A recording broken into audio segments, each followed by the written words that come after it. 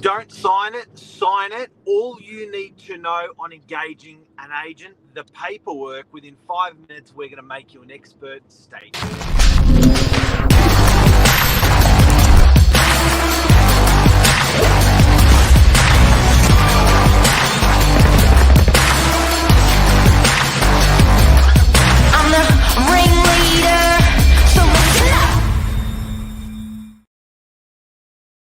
Good morning. How are you? Wow. It's true. Is it true? I didn't realize it's true, actually, that I could get ready in less than 10 minutes. You've been supporting a family member in hospital last night. Yeah, I shouldn't make excuses, but we did have a minor interruption to the regular routine, and it threw me off this morning. I woke up about 10 minutes ago. And you made it.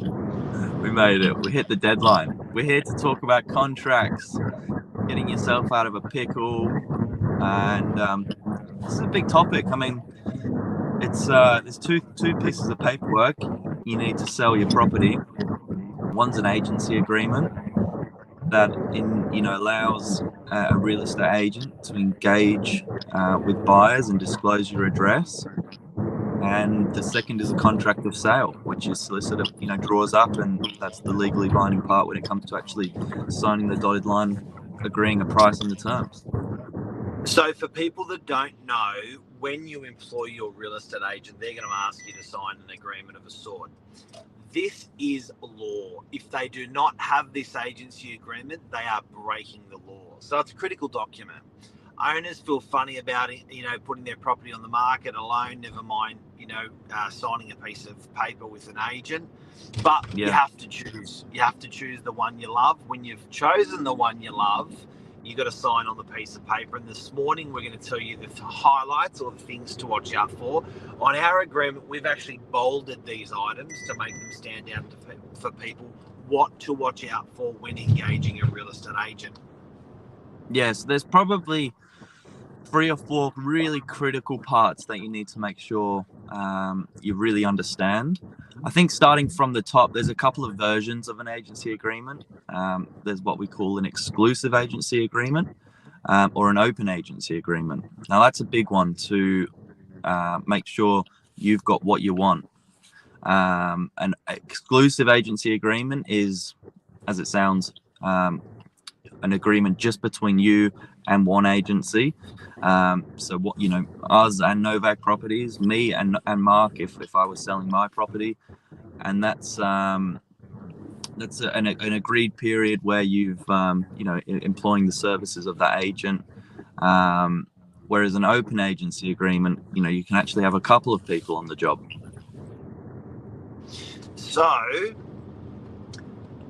when signing the agreement, the hotspots, how long should people sign for? Because it's going to be 1 day, 2 weeks, 1 month, 2 months, 3 months. What's your recommendation?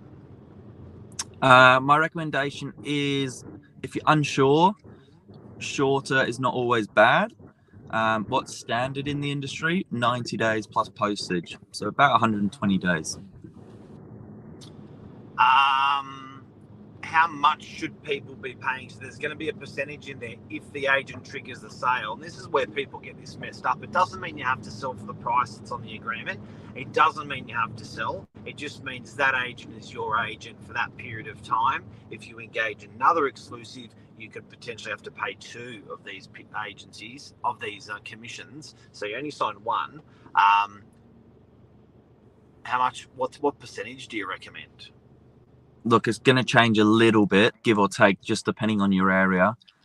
If you're selling in Sydney CBD, it's going to be different to what you're selling for in out-of-state rural. But we tend to find that it's between 1% on the lower end and maybe 3% on the upper end, somewhere in that, plus GST. Okay. Anything else associated should be in that agreement to the cent. So if there's any marketing, that's got to be in that agreement. So make sure there's no strings attached and read that agreement to see if there's any marketing dollars attached to it. When when you're engaging your real estate agent. You've really got to know what you're signing here. Now, an agent's always going to try to ask for a longer commitment when it comes to that duration. You as a seller can always have the rights to ask for a shorter commitment. And I guess you've got to meet middle ground there and find that sort of happy place of where you want that fee to be. And how long you want that duration to be.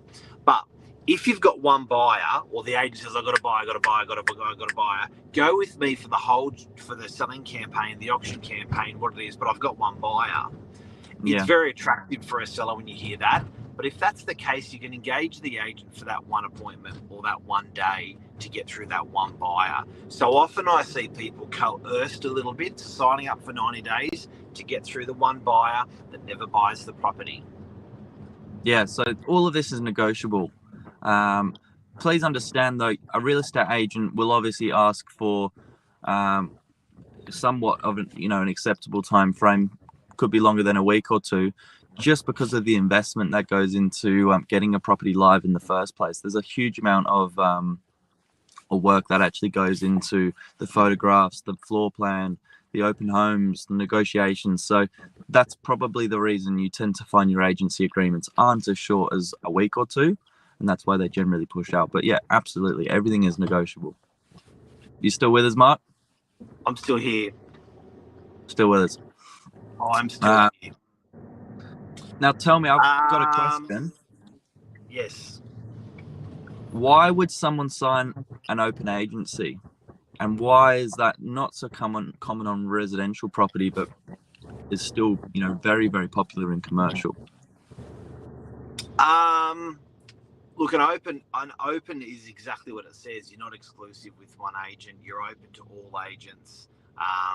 And I guess if you just want to get through a buyer and have the correct paperwork in place, you can do an open. The thing is, you want commitment. And you want to be committed to a good operator, and you want that operator to be committed to you. So sometimes with that open agency agreement, you're not going to get back what you need to get a good result on your place, which is commitment and a good real estate agent.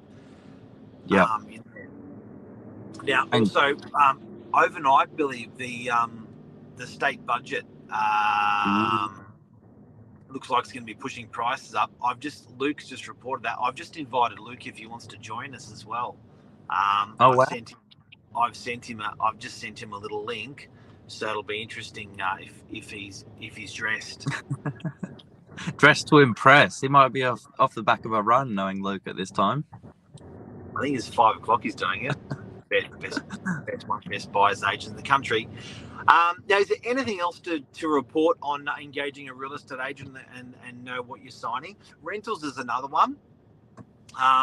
With rentals, same thing goes. It's a little bit different with exclusive and open with rentals, residential, that is, where if you do want to disengage the agent, you can have 30, 60, 90 days as notice period. But the interesting thing is, you can actually, that's really just a bit of a period. We've recently had this where we've taken over a property and the agents insisted that they enforce the 60 days or 90 days. We've insisted we'd like to just pay out that 60 days or 90 days of management fees of the rental of that property. So say the property's rented for $600 a week, say it's a 6% commission, $36 a week for that 90-day period, 60-day, 30-day period. We will pay out when we're taking over the rental from another agent. So I think if you're engaging an agent and you're not sure and you don't have that, they haven't earned the brownie points with you, you can ask for less. And I reckon 99% of the time they will. So guys and girls, if you are signing up for a rental, go short, and then if you hit the wall, you can always switch. Yeah, that's a really important one. I think if there's any doubt, ask the agent, have an open conversation, and just remember all these things can be negotiated. Happy days. I think we covered agency agreements, engaging a real estate agent, what you sign, think about it. Would you recommend to get a lawyer to check the agency agreement before you sign? Yeah, that's a good question. A lot of people do. I'd say on percentage, maybe 30% would run it past their lawyer. 30% would, and 70% are pretty confident they would, that in what they're reading. Yep. The good news, guys, if you've never seen one of these documents before, as Mark said, with our ones, we highlight everything that's, super critical in bold. So it's pretty self-explanatory and pretty easy to read through. But yeah, if in doubt, always do.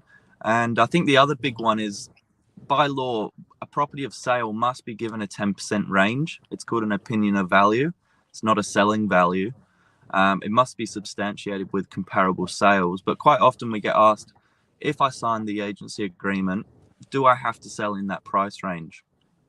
And if I'm going to auction, does my reserve have to be in that price range? The answer is no, but it must be given to you by law. And if it's, significantly higher or significantly lower and you're getting a second opinion, it's well worth asking how, the agent was able to come to that conclusion, because it's got to be, sort of supported with data. Guys, have a great day. Billy, you're an absolute pro. Good on your legend. Hopefully we help people out there today. I think the bottom line is, if you are feeling uneasy about what you're signing, get someone who knows their stuff. Could be a family member who's done it before, could be a lawyer, but be careful what you sign. Yeah, of course. Absolutely. Have a good day, guys. Have a great day, everyone. See ya.